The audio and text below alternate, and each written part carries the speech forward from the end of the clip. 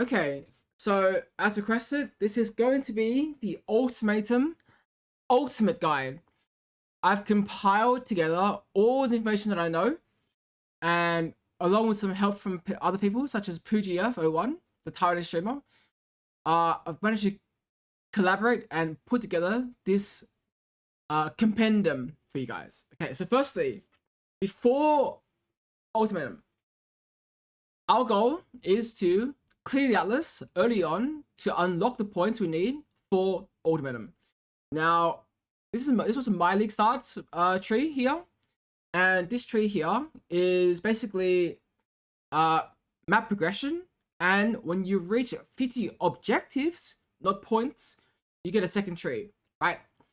And my second tree will be our early game tree here. Be very careful, right? That's tree here on the tree. I'll scroll in. You do not take Conquer the Stones, do not take Ruinous Wager, and do not take Grueling Gauntlets early game, right? So early game, you do not take it. Do not take it. Now, the goal here is to run easy white maps until you become stable, right? This was the initial tree for when you are, let's say, no but not yet, and you've just swapped in the custom stunned, and you just want to start doing Ultimatum, right? Make it as easy as possible. So Scarabs, here, we have no Scarabs, and our goal is to farm Blood Notch and Heavy Cursor, right? And yeah, as we move on from early game, we're going to go to our mid game tree. So here, assumptions are, you have Blood Notch and you have Heavy Cursor, right? And the goal here is to run T16 white maps. Tier 16. And we've now added in Trialmaster here. So to do Trialmaster, you will need to have Hateful Cursor, and that will give you the explosions required for the single target. I should quickly go over the mods right now, because I kind of forgot. My bad. I'll put this here for now, but I'll move it later after the video. So we'll quickly go over the tiers. Here are the mods that you want to do, right? And here are the mods you don't want to do. TLDR is avoid Degen, avoid Curse Immunity, because if you take Curse Immunity on either the mod itself on Ultimatum or on the map, your explosions, or sorry, your penance mark will not cause him to spawn phantasms when they hit him, right? Those will be gone. Here, there'll be no phantasms before you explode. To be a very, very, very slow Trialmaster. We also have things not take, as you can see. I mean, obviously by this time, self-explanatory. No fast is bad. This is Prismatic monsters. This is okay to take, but make sure that you don't have a map or modifiers to give you extra crits or guaranteed crits, because that will kill you, right? Refer to my video on Blood Notch mechanics in my YouTube channel. Somewhere, it's like last league. Like, it's a great in-depth explanation on some mechanics there. And that's pretty much it for modifiers. Refer to here as you should, as you need to. Scarabs. So ideally, if Scarabs, if bribing is cheap, put him in, right? If bribing is less than 7C, always run, because it will pay itself off. Pretty much always, right? But if they're more than 7C, right, it might not pay itself off, but at least you get EXP. So if you value EXP, there's a decent chance that you're okay with paying a bit more currency, right? So I was paying 8C, 9C, I'm like, okay, whatever, I want EXP. And yeah, that's it. Trialmaster, also be wary that Trialmaster does scale Catalyst by drop rate, and we'll go over that here. So late game, you want to expand on this tree here, and you can choose to add in things like Ritual.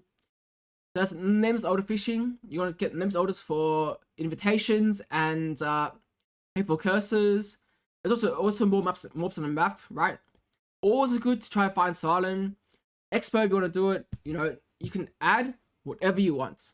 It is your choice to play and add what you want. Like Harvest, I know doesn't require too many points, so you can do Harvest on top of Ultimatum, right? Up to you.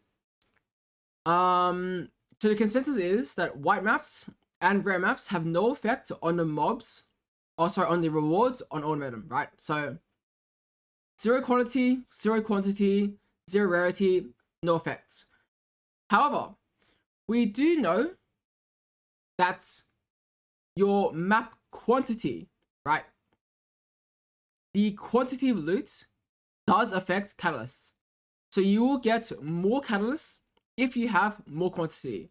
That's why I do recommend running easy yellow maps, easy rare maps late game, because your build can handle it, no problem, right? Not an issue. And you will get more catalysts, so that is a boon. I will mention that 10 catalysts from Trialmaster are affected by the map quantity. So as you can see here, the node here for the Trialmaster will give you a full stack of catalysts. This is 10 guaranteed, and it can be 10 prismatic. So if you want prismatic catalysts, if you want 10 of them, that is almost divine, right? If you want 10 resistance catalysts, turbulence, no.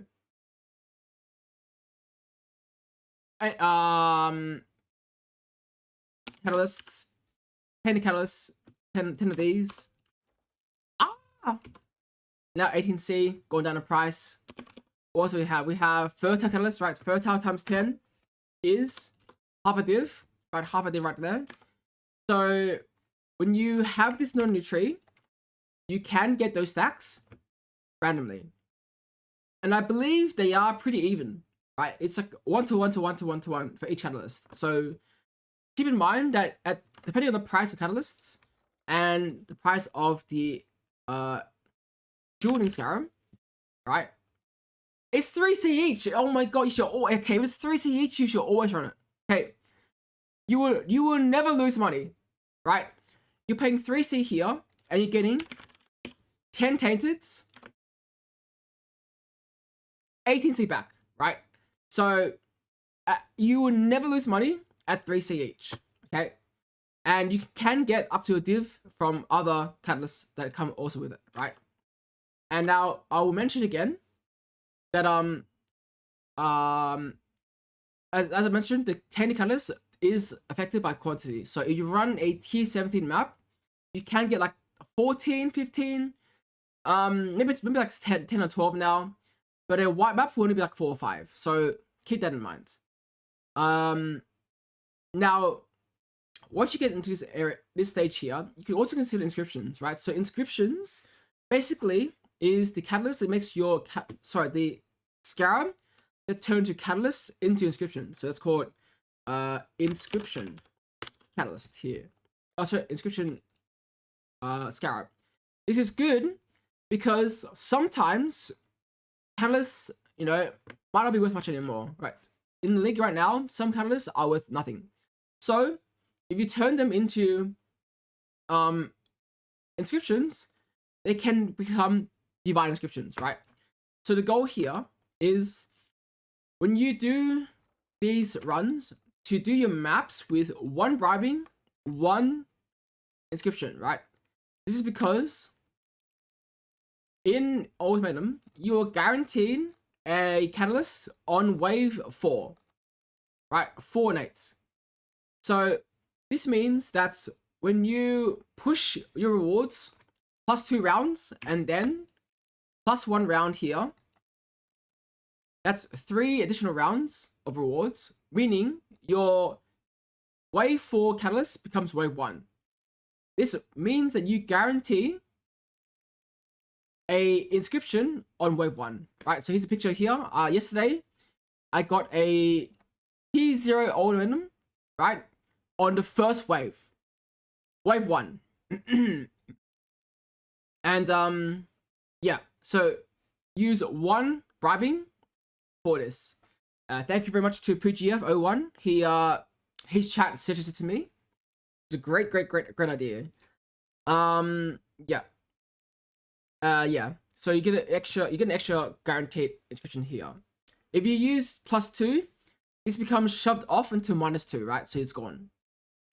Okay, endgame. Endgame is my tinfoil, right? We know that tier 16 rewards are better than tier 14. And tier 14 are better than tier 12s. Tier 12 is better than tier 5s. Tier 5 is better than tier 1s, right? The rewards do scale from map tiers. So by tinfoil, and using that logic, if we extend it to tier 17s, right?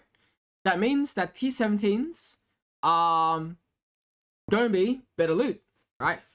I don't have proof, but in my experience, I think I do not see glass bowers or horizon orbs in tier 17s.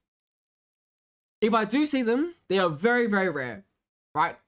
So I think it starts to cull off the bad rewards from the pool. So you end up, from my experience, I do genuinely believe that I see more Raw Divines, more Exalts, and more Nulls in tier 17s. Okay, I have no proof. I don't know. And you can ask GG for that. I don't know, right? So let's assume that tier 17s have better raw loot. What about Inscribes? Inscribes, I don't know.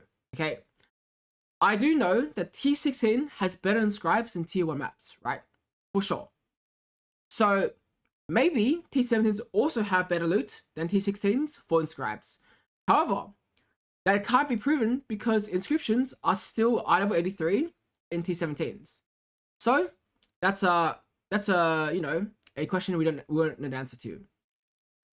But another reason why you should do tier 17s is the boss is worth a lot, right? If you boss rush Abomination, you can get a lot of money from fragments. For example, currently, if you look at Maven, it is 90 chaos and going up. If we look at Ether, it is 91 and going up, right? Even blazing fragments is good. 18C, even syndicate, so synthesis is good as well, right? Put on C. So these fragments will add up. And even though the new fragments come from the boss as well, right? They're only worth like 2C each, right? Or they're worth 5C, for 5C now. So yeah. It's actually worth it, right? It's worth it. Obviously, it depends on your build. If your build can kill the boss easily, as I mentioned in my main guide, you can. So what you do is you kill Maligaro, take off your gem for custom stun, take it off. Now your DD scavenging has no trigger. It will not cast.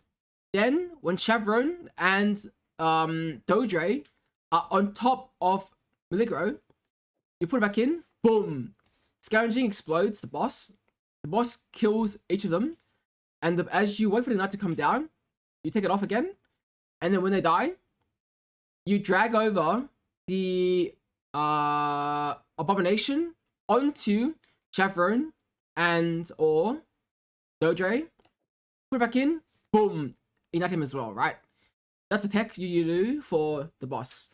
The video is on my main guide, but yeah, I can't do it right now. So yeah.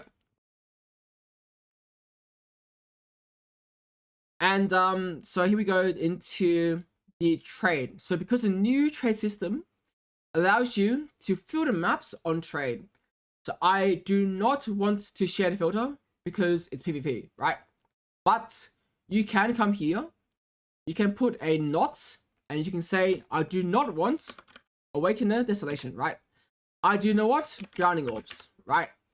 And you can make your own block list on maps. You go Abomination, search, and here you see the stuff, right? So you can go, I want it to be identified, yes. Corrupted, I don't care. Delirium, don't really care, right? So search again, you see this, right? Now you see, oh, minus maximum. I don't want that. So go player minus maximum. Player max resistances, right? Don't want it. That's gone. We look over here. These ones we don't care about, right? Don't care. AoE, if you care, right? Well, next on, player increased area effects. Effects or less player, less area effects. Block it, right? And now you see these things here, and you'll see it's in chisels, and you go, oh fuck me, bro, fuck me. Come down here, price, chaos orb, done. Now this is how you set up your own filter, right? So you can tell what you want and what you don't want. It's up to you to choose how strict you want it and how loose it is. And remember, I want you to put in the effort to beat other people, right? Because it's PvP. Like, this is PvP. So some clear examples will be avoid elements for Chieftain, right? You don't want that. You don't want recovery rates. So you don't want recovery rates. You don't want no regen, right? You don't want less recovery. Blockers off. Explayers, we don't care about these. These are good. Good map. That's fine, right? That's fine. That's fine. Yeah, these are all fine, right? Less flash charges. Maybe it's bad for you. Block it off, right? Tailor it to your own build. If it's bad, block it off.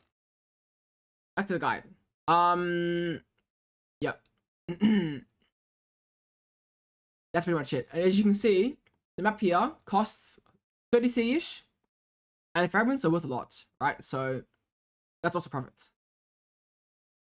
Now, Grueling Gauntlets. Grueling Gauntlets. This is going to be a long section. Early Reflect doesn't matter. Fine, I'll put this link here. But, add and remove mods based on your build and your current situation. There you go. I'll put it there. Okay. So for Reflect, I'll mention real quick that you can buy a level 1 Flame Surge and swap this in for Reflect. As far as I'm aware, in my build, you only die through early Reflect because Flame Surge gets reflected. So level 1, no problem. And you only really care about the burning damage ground, okay? It makes burning ground. Okay, actually, anyway. Grueling Gauntlets. So, Grueling Gauntlets is the ultimate endgame. This is the after endgame, right? It is a keystone you can find on your tree. Right here. Called Grueling Gauntlets. Players can't choose the modifier. It lasts 13 rounds, and there's no boss, right? So, what is the downsides of this node? Well, a lot. Ruin is 4 and 3. Less recovery, no flasks, always crits, overwhelm. These are just some of the bad mods, right? Some of them. The problem arises when you get combinations of really bad mods together, which I'll go through, okay? So, why do this? Well, it means you get 3 more waves of 10 plus wave rewards. Remember, the best rewards are after wave 7. So you get 3 more waves after wave 7. That on average, you get more waves and more loots, right? Your average has been raised up. So the biggest issue for Grueling Gauntlet is avoiding Ruin. So Ruin is a mechanic in the game. So Ruin Ultimatum PoE. Basically, they will attack you and they will put on stacks of Ruin. On 7, you fail, right? And there are these 2 ones here. Stalking Ruin is the one where we can deal with by block, right? You can block these attacks and spells, and they will be mitigated by anything that avoids damage. So if you block evasion, elusive, avoidance, and so on, they will prevent Ruin being applied to you.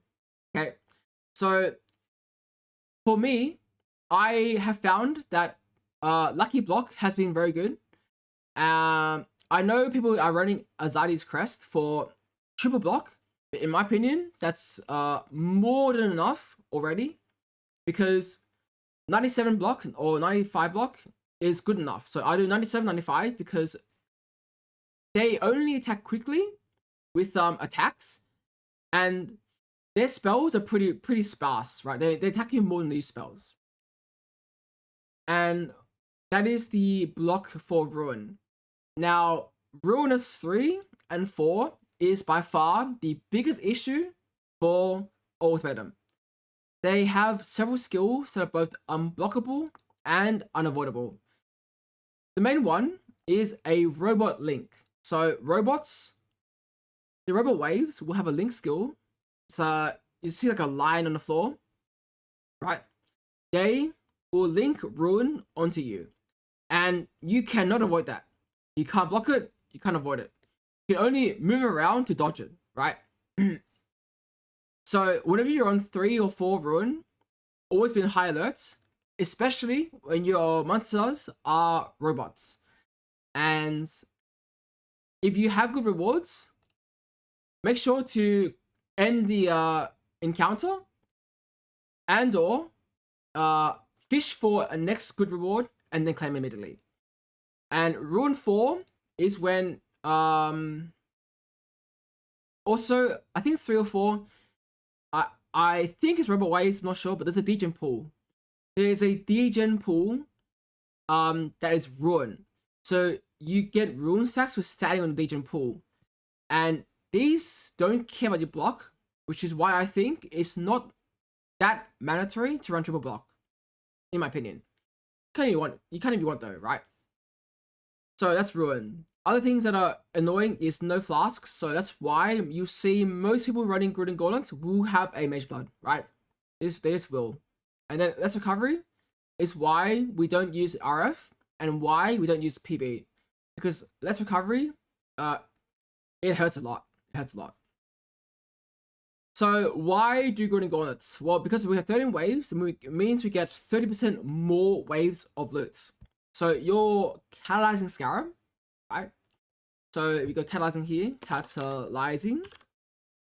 It is 206 chaos each. This makes it so that your rewards are only catalysts, right?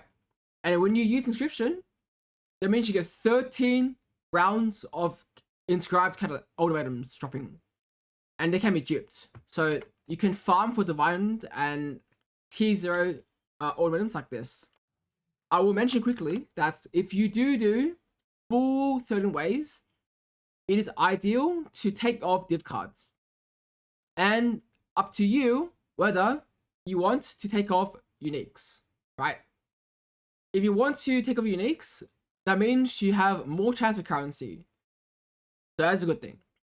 But if you don't do catalyzing, I think it's better to just use no inscribes, no divine, no div cards, right? So for me right now, I'm running just these two. It's cheap, it's fast, right? And low risk.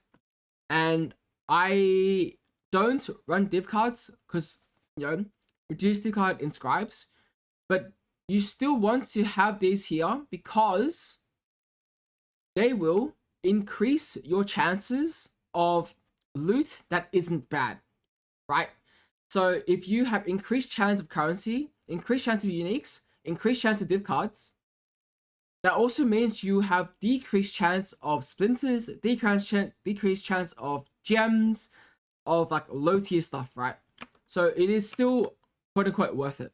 Okay. Obviously, catalyzing is a huge gamble.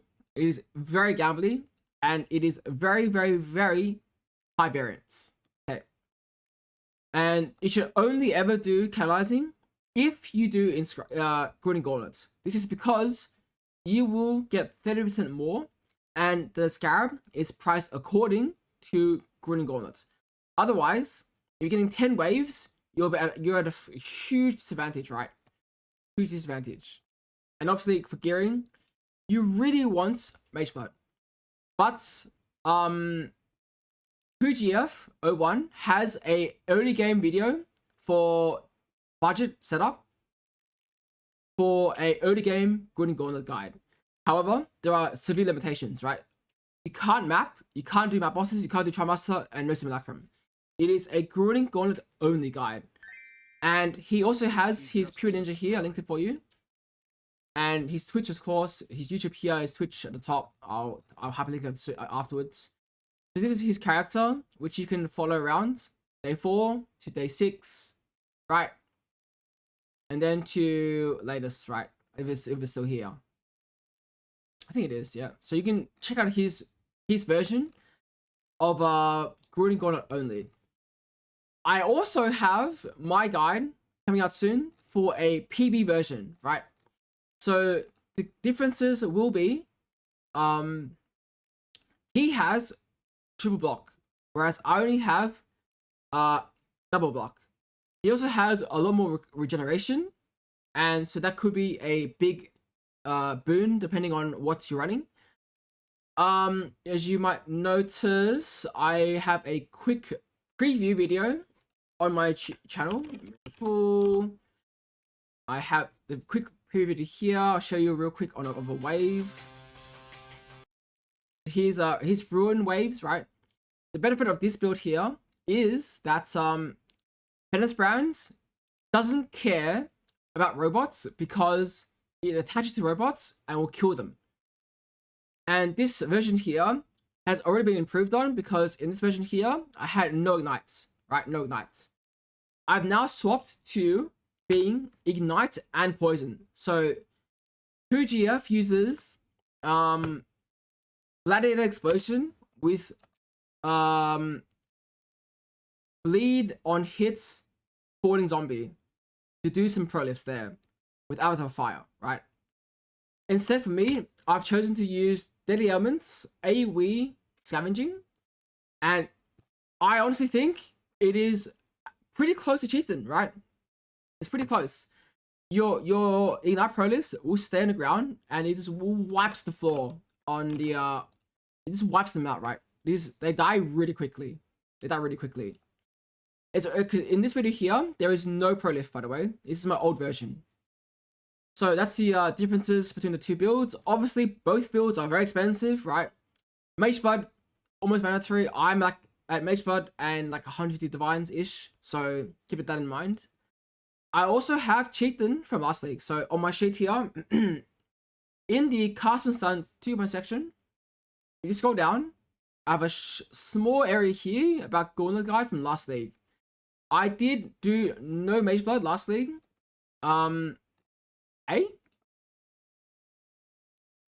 Here, right? Yeah. No Mage Blood here for quite a while to farm up Mage Blood last league. It was doable, but of course, if you run no flask, it is a bit of a risk, right? And that's what I end up settling on last league. It's not really updated yet, or will be updated at all, because I CBF honestly. But yeah, it is here you want to see. So why would you choose Chieftain, right? Chieftain has one big outside and one big downside. The downside is that because you use Savalan, your block chance on Chieftain, unfortunately, gets capped out at 91-91. I think. That's because Savalan has -10, -10. So it makes it much harder to get a high block. And as a result, you can only get about 77 hits on average before 7 ruin. Okay. Whereas if you do Lucky Block Gladiator, it is 210 hits. If you do Triple Block Gladiator, it's 1000 hits, right? But I find that 1000 hits is already too much because you're never going to reach it, right? You never reach it. 210, you might sometimes get close, but you can choose not to just end it, right? Or choose to move around, right? You don't have to stay okay. You don't have to. If you just dodge a little bit, it's fine, right? The upside is, right, for Chieftain, is that Hidden Cry Chieftain Explosion does insane damage on prolifs. And this prolif can kill these Link Ruin monsters. So your the robots with high investment, so high AoE, high damage, it can kill robots before they can use the skills to kill you, right? So it's more susceptible to these ruins here, right? Stalking Ruin is worse at, but it's better for Ruin 4 because it kills them before they use their abilities, right? And that's the downside to Chieftain. The upsides will be for Gladiator. I'm going to refer to my penance run, is that you get to do life on hits. So because penance brand scales in cast speed, that means I get like 25 triggers per penance brand times 7 times 2, depending on the monster, right? And the AoEs can overlap. So your likelihood to hit recovery is very, very high. And that will go through the recovery. So that is a brief explanation on the 3 different builds that are available to you this league. I am a bit biased, but I do really think the Gladiator Poison is really, really good. Like, it is so fun to play because you can do content at a demand. Damage is at immediate and on demand. You can kill bosses, you can do maps, and I'm thinking that, okay, so spoiler. If you don't want to do block and you want to just do mapping, right?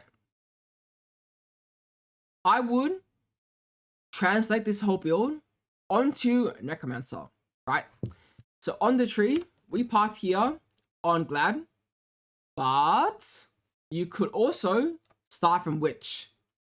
And why would you start from Witch? Well, here's my POV. If you go Witch, right, you can go Necromancer over here. And on Necromancer, you can do Corpse Pack, right? This will give you 200% increased cast speed, right? So you go like this. So you go plus 200% cast speed, 200% increased cast speed, right? And now your trigger rates goes from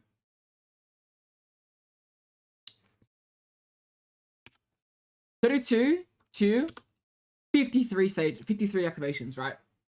It is gigantic. So how would you do this? Okay, what I would do is I would change the link of custom stuns to casts when damage taken. This is not going to be, it's going to be a non-Grueling Gauntlet build, right? Generic build.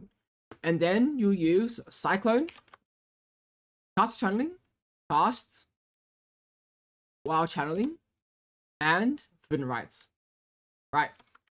This way, you will self-damage and then self-trigger Penance Brand. And you also have cast when damage taken, Cascade, and you would have Desecrate and Flesh Offering, right?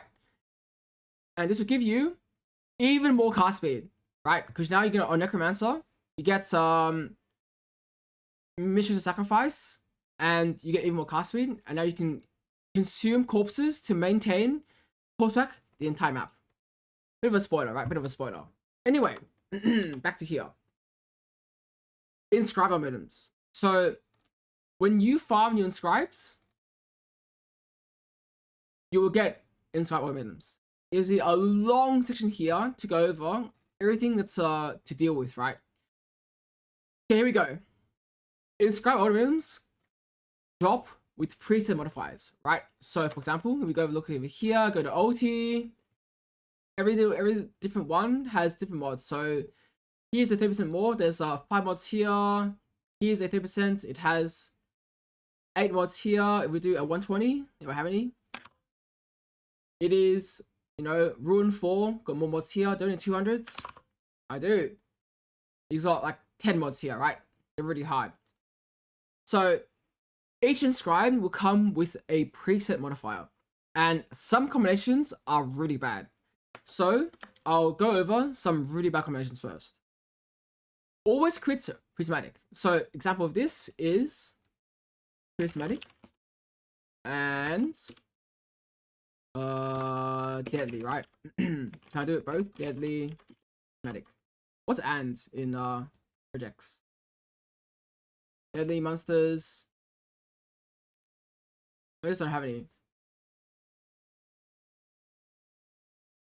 I don't have any. Oh, there we go. Here we go. No? No, I don't have any. No.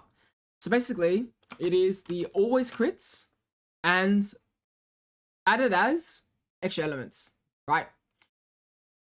This means monsters will gain their fizz as cold, and they'll always do cold damage, and they'll always crit. So in maps, it's not that bad on Grueling Gauntlets, because normally you can take a non-stunning hit in the first place and trigger this stun master here where you can't be crit. So because you get the combination after being hit, you then gain crit immunity from then on until the end of the ultimatum in the map. But if you get it inscribed, the monsters will have both modifiers from the very beginning, which means you will never take a non-stunning crit in the first place, right? So how do you deal with this? The easiest way is to use a Greywolf. A Greywolf will be like this. It has cold taken as lightning or fire. So you put it on at the start, you run your inscribed, and then as soon as you take one hit, right, that will be a non-cold critical. A non-cold critical can stun you. After you get stunned, this will now proc, and now you're immune to criticals. So you can put this back on, and then now you can take cold criticals from Prismatic and Deadly monsters, and they will be non-critical because you've been crit recently, right? So you need to use this first to get crit, to take the first non-cold critical, right? If that makes sense, any sense. And of note, reduced crit damage taken does not work. You will still take a cold critical damage, a cold critical hit, but your damage is just reduced, right? So why is this an issue? Cold criticals simply do not proc blood notch and do not proc cast with stunned. So you'll never get the you'll be locked out and you instantly die, pretty much. Okay. Next up, protect the area, less AoE, and or ruin and or robots. So this is an issue for some builds because your damage such AoE is too small to kill the monsters before they kill the order, right? Penance Gland probably is the best version of this because you're able to attach brands to monsters regardless if they are less AoE or not, because brand attachment range is not area effects. And or get more damage, get more AoE, right? Next issue, Cold 4 plus Stone Circles plus Ruin. Again, this is the Cold 4 balls. Let's see if I have any here. Cold 4. Right there. Cold 4 balls will freeze you on hits, right? If they freeze you, you end up getting stuck. Now, they also, I believe this version here is a non-stunning hit. It can't stun you. So if you take a there's something mechanic about this makes it so that they don't proc your custom stuns, right? Or your butt notch. So again, what you can do is you use Greywolf here and you just eat them up, right? You eat them up.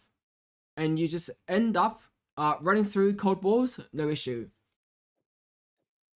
You can also use Defiance and take freeze immunity because the balls don't do that much damage. Okay, next one, Impale. This is a hidden one. Impale is the secret killer to so many builds. So let's go over Impale in the first place. Basically, in Ultimatum, I believe it's called PvDB Trial Titan, right? Trial Titan, when he hits you, he will put Impale on you. I think. I don't know. Either way, it's a really tall spiky guy. He does Impale. Him and some other guy. Yeah. Hard to tell. Either way.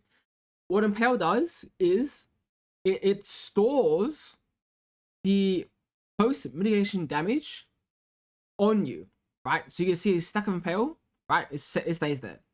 When they hit you, your post mitigation damage is stored on you. And when you reach, like, let's say 5 stacks or max stacks, it will proc and it will consume all those stacks and deal true damage to you, because it is now it is a reflection hit on you, and it can't get mitigated twice, meaning that it becomes true damage, right? So let's say you get impaled for 100 damage 5 times, boom, true damage, 500 damage. Okay, and you can't avoid this with one notch. It bypasses Defiance, bypasses Recoup, bypasses Block, right? It can kill you. And it is a issue because basically sometimes you have vulnerability on you. If you don't have curse immunity, right? You have vulnerability, and you lose the flasks, boom, one shot, right? And I should also add on plus Overwhelm is, and it's a killer. It is a killer. So the easiest way to deal with this is to simply put 1 point into Protection Mastery here. Cannot be impaled. Done. Right? Now you will never die to impale. Alternatively, you can have Defiance on with a really high life total and having a lot of good fierce damage reduction. I should quote unquote less, e.g. Doppelganger. Will help a lot, right? Fortify, I guess, as well. Fortify. Help a lot. And then Gladiator triple block can help prevent the damage in the first place, but you could get unlucky and you could just die anyway, right? I want to say, anecdotally, I feel like the T0 Inscribes have higher fizz damage and higher impales. I can't prove it, but I've lost 2 T0s to impales, and I've never died to impale in T1s, right? So as I mentioned here, very high alert when running T0s for impale. Next up, increasing damage, escalating damage, and overwhelm. So basically, the combination here is escalating, overwhelm. There we go. So the arena is overwhelm or overwhelming monster, which is ignore PDR, and you basically take increased damage to 50%. So you take 1.5 times damage and they overwhelm or PDR. So the easiest way to deal with this is to get other sources of reduction to PDR besides PDR, right? So endurance charge ignored, armor is ignored, PDR mods are ignored, but less damage is okay. So less fizz damage, Flesh and Stone, Breach Tendency, Doppelganger, Cloak of Flame, Fizz Taken As, Helmet Fizz Taken As, and so on. Things that don't do PDR but help mitigate fizz damage is very good here. To read more from the link by Mark GG about less and reduced, right? They are different, right? They are different. Link is over here. And then the last one, that's probably the biggest killer, is Extreme Degen and 9% less recovery. This combination here, it should be recovery 2. Like that. Nope. Recovery. Reduced. Recovery. Any 2. No. Any 2s left over. 2. Any examples of a 2? I don't have one. Oh, here we go. 2. So reduced recovery 2 is 90% reduced life, mana, and energy shield recovery rates. So your recoup 10%, your regen 10%, your leech 10%. So all non-instantaneous recovery is at 10%. And when you combine this with things like poison cloud, toxic cloud, miasma 4, these 3 or 4, you got blood altar,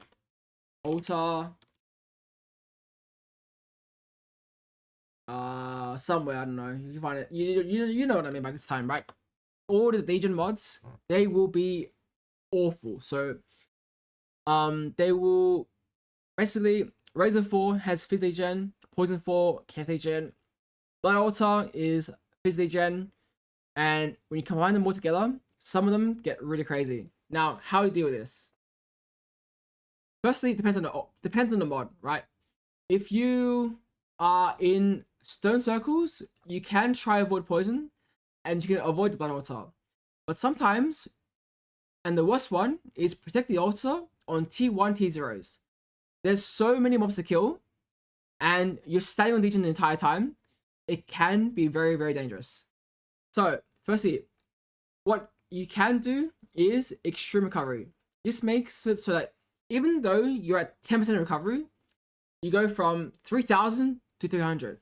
And it can help, you know, offset the Degen by some amount, right? Probably not enough, but by something. And depends on how you build your character, having huge recovery down to 3%, 10% is still somewhat okay, right? Things to not do. Do not take Petrified Blood and or Genesis. This is because when you defer the damage, right, it only adds to the Degen afterwards. And it will stack together with your already Degen. And when normally we do 30% recoup to combine with PB, that recoup is now 3%, right? So you go from full recovery down to 3%, down to, you know, on top of your other Degens. And you will just Degen to death. It's very bad. That's why in last league, I ended up going to no PB. Because PB is too dangerous to use, right? Too dangerous. So how do you deal with this? You can have things that are instantaneous recovery. Firstly, right, life gain and hits. This is most easily attained by using your Watcher's Eye with life gain per enemy hits. This does not specify attacks or spells, so it can be anything. And things that hit a lot, right? So, for example, me, the reason why I've always had Blade Fall, Cremation Volcano, Firestorm Pelting, you know, Ball Lightning, and all brands is because these skills linger, right? If you use Cremation Volcano, let's put it here, right? These skills will linger on the floor for duration, meaning you can cast them around or proc them, and these balls will hit and gain you life through life gain hits, right? Same thing with Blade Fall. Do I have it? I don't have it. Firestorm, right? Put in Firestorm. There is a duration to this skill, so you can between waves and between monsters dying, you will still have some recovery for life gain hits, right? I used to use Storm Brand of Indecision. This will give you really, really good hits, especially if you get some sort of a cast speed, right? And this is why I am a big fan of my new build, because Penance Brand itself is a brand that will attach on, and it will trigger. It says every 0.19 seconds, right? Without any mods. Every 0.19, so 5 times per second for 7 brands. That's 35 times per second. 35 times 27. Let's say 30, it's like 1,000 life per second, right? Instantaneously. Boom, boom, boom, boom. All recovered. So it can heal you through Degens, right? Next up, Divine Shield. So Divine Shield is It's a well, normally you don't want Divine Shield, okay? Because you don't want ES. But in this situation, we don't care too much about guaranteeing proc rate.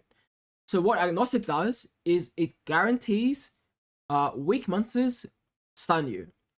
And it increases the proc rate of casting stuns. But I don't really care about getting max block rate, or max proc rate, sorry. Divine Shield, however, does do decent work. Because we have good PDR, right, or good reduction to good physical prevention, right, it regens a huge amount of ES during combat. So I've seen the ES regen here up to like 1,000 a second, right? 1,000. So it will add up even through low recovery. It helps a lot. Life and kill. So life and kill is very important because it is instantaneous. Sources are, we got Vampirism over here, 3% life and kill. We have Blood Siphon, Blood Drinker, 2%. Blood Siphon, 10 flat. You have, what else have I got here? Death Rush, right? Death Rush over here. 5% on kill right here, 5%. You have life gain on kill. So my new ring here has 158 life and kill. So if you consider 158 and 5k life, it's about 3% life and kill from this ring here. So it's actually, you know, a pretty good modifier, you know, pretty good. Other things you can consider will be Cyber Katava, Risky, and Sinister Urn. So I have the flask here as well in case you can use it. So 3% life and kill. Yeah. So ES and kill as well. You can use it in addition. You can also add on ES and kill. Life and block. Life and block comes from Anvil. Life and block comes from Tetsudo. Life and block comes from Block Mastery. Life and block, right? They all add up. Next up is ES and block. So we have here a reason why I don't use Agnostic is ES and block. It is 50 ES, right? It adds up. Damage over time mastery. So my build really likes the skill effect duration, but if I think it's gonna be dangerous, I can spec for less damage over time here, right? This will be a huge improvement to Degens, as well as Arakali and or Shikari. But this will depend. If you are running, let's say protect the altar, and you don't need to move, right? If you don't move, you can run Tukahama for the regen and PDR. But if you need to move around, right, you can't stay stationary, then Shikari is good, right? Make sure you take the extra bottom one there too. But yeah, that is pretty much it for the Pantheons.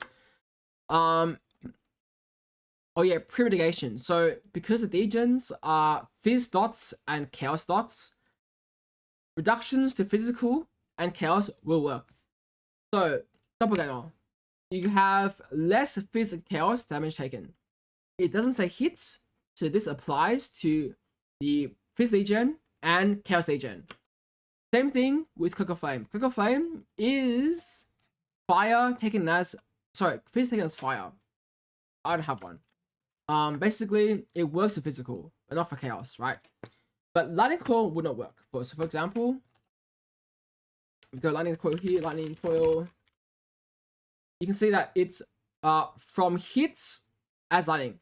This will not work.